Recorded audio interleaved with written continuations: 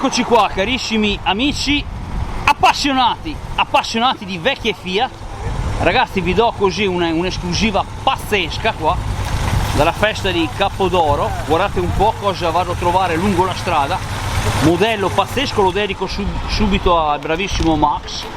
Guardate qua, una Fiat 600 Ghia spiazzina. Dicono che sono rimasti solo 3 modelli di questa tipologia di auto, Ecco qua, ho chiesto al proprietario chiaramente la possibilità di metterla così in memoria, a 27.000 km all'incirca, unico proprietario, del 1963, ragazzi.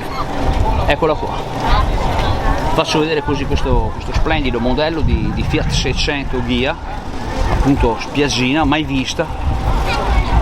E ripeto, a ricerca storica qua il proprietario ci ha appunto detto che secondo lui sono rimasti 3 modelli in Italia. Qua insomma, caro Max, questo è un gran colpaccio.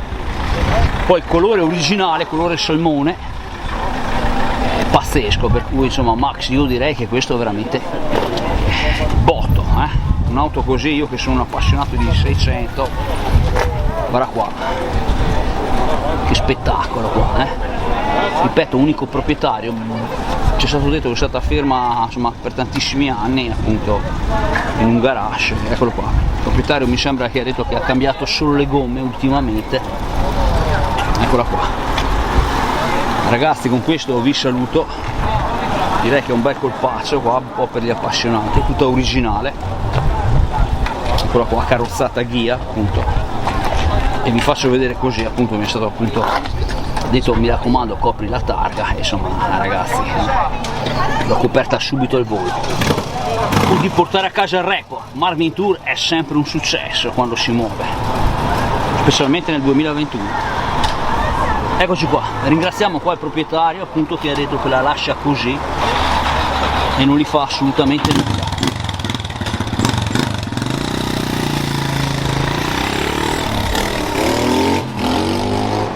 Questo è un po' quello che ci possiamo trovare qua alla festa dei trattori d'epoca a Capodoro, nelle zone di Padova.